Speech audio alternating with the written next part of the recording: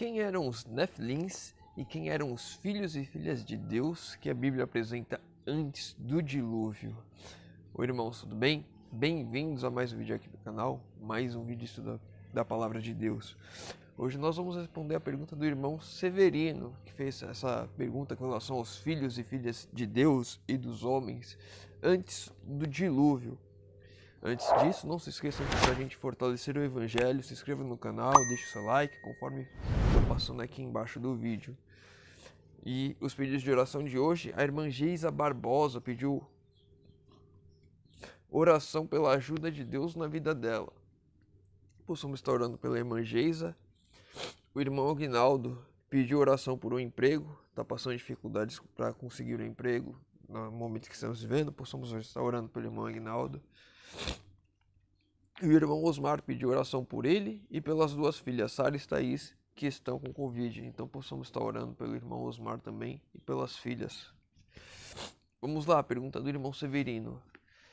Ele não falou dos Nefilins, mas sempre que surge essa dúvida é justamente isso que as pessoas querem saber. O que eram os Nefilins, o que eram os gigantes. Ele perguntou quem eram os filhos de Deus e as filhas dos homens. Vamos ler o texto. Gênesis capítulo 6. Irmão, desculpem que eu acho que vai dar para ouvir. Eu não estou muito bem hoje, a rinite atacou. Mas a gente tem que pregar a mensagem de qualquer jeito, então estamos gravando aqui o vídeo. Vamos lá, Gênesis 6, verso 1 e 2.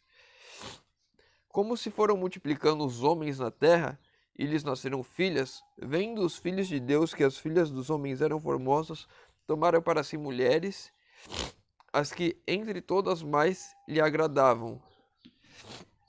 É justamente sobre isso, os filhos de Deus, filhos do homem, para a gente conseguir compreender. Vamos ler o verso 4 também, que eu trouxe separado aqui.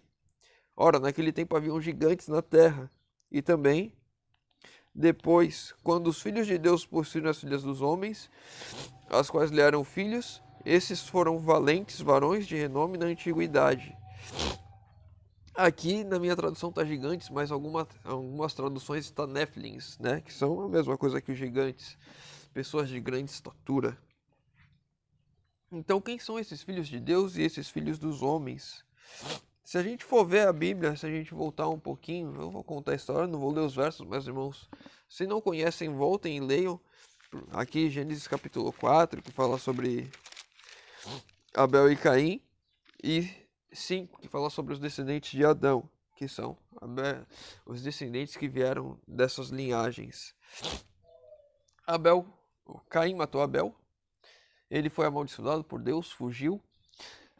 Adão teve outros filhos e filhas, mas a Bíblia nos traz o nome de um, que é Sete, que continuou seguindo a mesma linha de Abel, ou seja, aqueles que adoravam a Deus, e Caim, aqueles que não adoravam a Deus, que se rebelaram, que queriam fazer as coisas do jeito deles.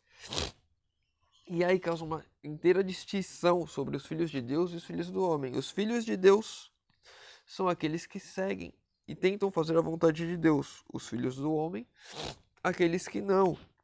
É exatamente isso que a Bíblia está falando. Vamos ler um verso que a gente já leu antes, em um outro estudo. Vamos ler agora de novo. João capítulo 1, verso 12. Mas a todos quantos que o receberam, deu-lhes o poder de serem feitos filhos de Deus, a saber que aos que creram no seu nome. Ou seja, todos aqueles que creem em Deus, todos aqueles que aceitam a Deus, todos aqueles que adoram a Deus, são filhos de Deus. Então é basicamente isso que a Bíblia está falando. Não está falando sobre anjos que vieram e tiveram relações com mulheres aqui, e que nasceram gigantes deles e grandes valentes. Não é nada disso. O imaginário tenta ler a Bíblia e criar histórias imaginativas e tentar criar coisas que não tem aqui. Acho que um ponto interessante também que eu trouxe aqui é para compreender um pouquinho mais sobre a estatura de Adão. De onde que vieram esses gigantes? História da Redenção, capítulo 2. Ao sair Adão das mãos do Criador, era de nobre estatura e perfeita simetria. Tinha mais de 2 vezes o tamanho dos homens que hoje vivem sobre a terra. Ou seja, hoje a altura média de um homem é de 1,70, 1,80. Adão tinha 2 vezes mais do que isso. sobre a terra, e era bem proporcionado. Suas formas eram perfeitas e cheias de beleza. Suas costis não eram branca ou pálida, mas rosada, reluzindo com a rica coloração da saúde. Eva não era tão alta quanto Adão, sua cabeça alcançava um pouco acima dos seus ombros. Ela também era nobre, perfeita em simetria e cheia de beleza, ou seja, ambos eram muito altos. E entra até um ponto que a gente comentou no estudo de sábado, seus irmãos participaram, por eles serem tão altos, a gente chegou a comentar a questão dos dinossauros. Os dinossauros para eles não eram tão gigantescos assim. Era mais ou menos como nós. Hoje podemos ver o elefante, podemos ver a girafa. Eles tinham uma diferença, mas não era uma coisa tão absurda como se fosse nós hoje, de 1,80, 1,70, olhando para um bichão de 7, 8 metros.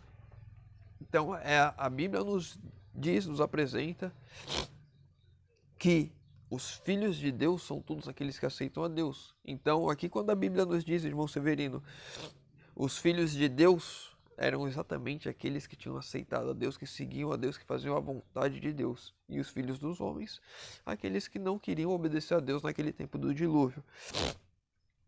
Se a gente for estudar ali um pouco a história, eu acho que a gente já fez algumas reflexões sobre isso e falou esse ajuntamento entre os filhos de Deus e os filhos do homem começou a degenerar totalmente a raça humana, que foi quando a gente vê mais pra frente ali no capítulo 6, que Deus olha para a raça humana, se arrepende de ter criado o homem, que não é um arrependimento igual ao do homem, é diferente, não dá pra gente comparar o que Deus sente com o que o homem sente, é uma forma de tentar mostrar o que Deus sente. Então ele mostra ali que Deus se arrepende de ter criado o homem, e aí vai mandar o dilúvio, e Deus acha graça diante de Noé, que pede para construir a arca, ele constrói essa arca, e salva ele e a sua família. Aqueles que seguem a Deus foram salvos, mas ali no meio a gente sabe que Cã estava ali, e Cã não era tão adepto assim de seguir a vontade de Deus, e deu no que deu, como estamos hoje.